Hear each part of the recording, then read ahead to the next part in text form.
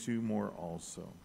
But he who had received one went and dug in the ground and hid the Lord's money. You may be seated.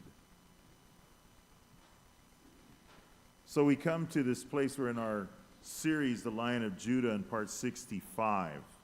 And we're going to be going through Matthew chapter 25, verses 14 through 30. And this, of course, is the parable of the talents. But the title of the message is What to Do While Watching. What to do while watching. The key word that we find here is faithful. Faithful.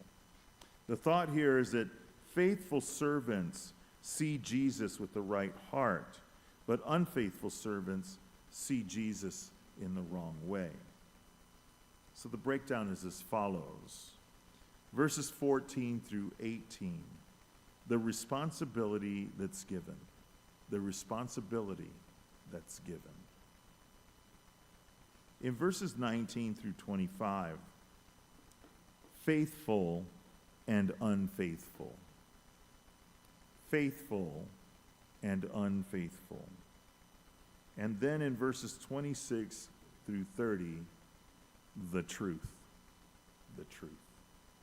So beginning in verses 14 through 18, the responsibility that's given, notice in verse 14, Jesus says, "For the kingdom of heaven is like a man traveling to a far country who called his own servants and delivered his goods to them." And so Jesus is continuing the conversation. He had just finished speaking about the parable of the 10 virgins.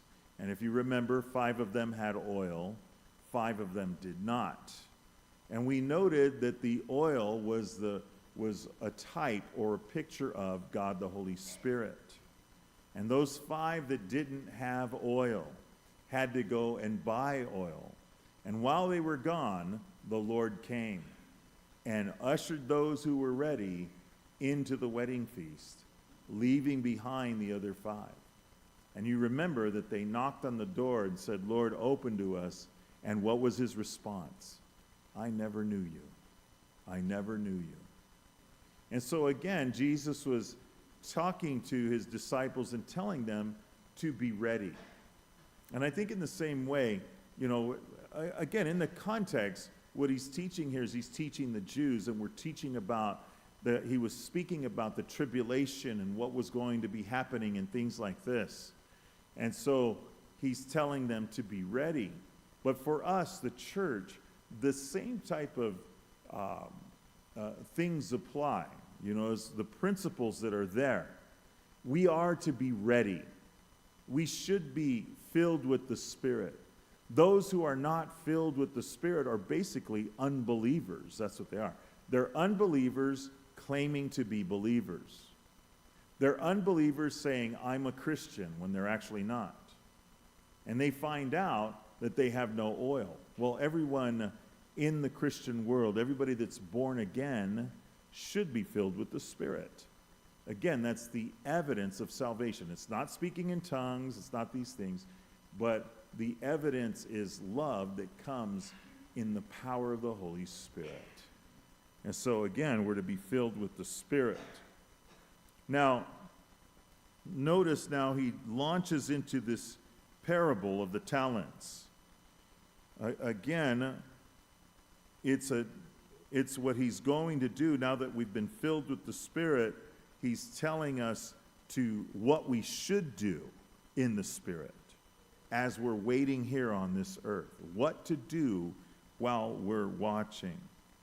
And that now that they've been ready, they've been filled, now we need to be ready. We need to do the work of the Lord. Romans 8:9 says, "But you are not of the flesh, but in the Spirit, if indeed the Spirit of God dwells in you. Now if anyone does not have the Spirit of Christ, he is not him." To prove my point, if you can say, "I don't have the Holy Spirit in me," then you are not saved. You are not saved. For those who say they have the Spirit, then you are saved. But it's not just about saying, "I have the Spirit." Do you see the evidence of the Spirit working in and through your life? Do you see it?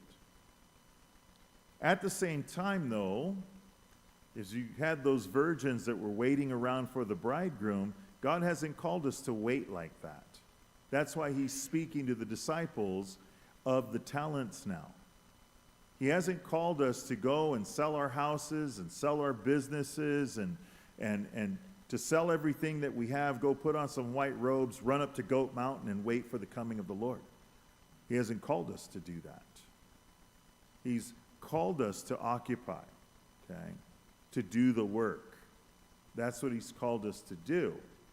I remember years ago, there was a pastor, and I think it was 2014 or something like that. Maybe it was even more recent than that, where he came out and said that Jesus was coming back on a particular month. I think it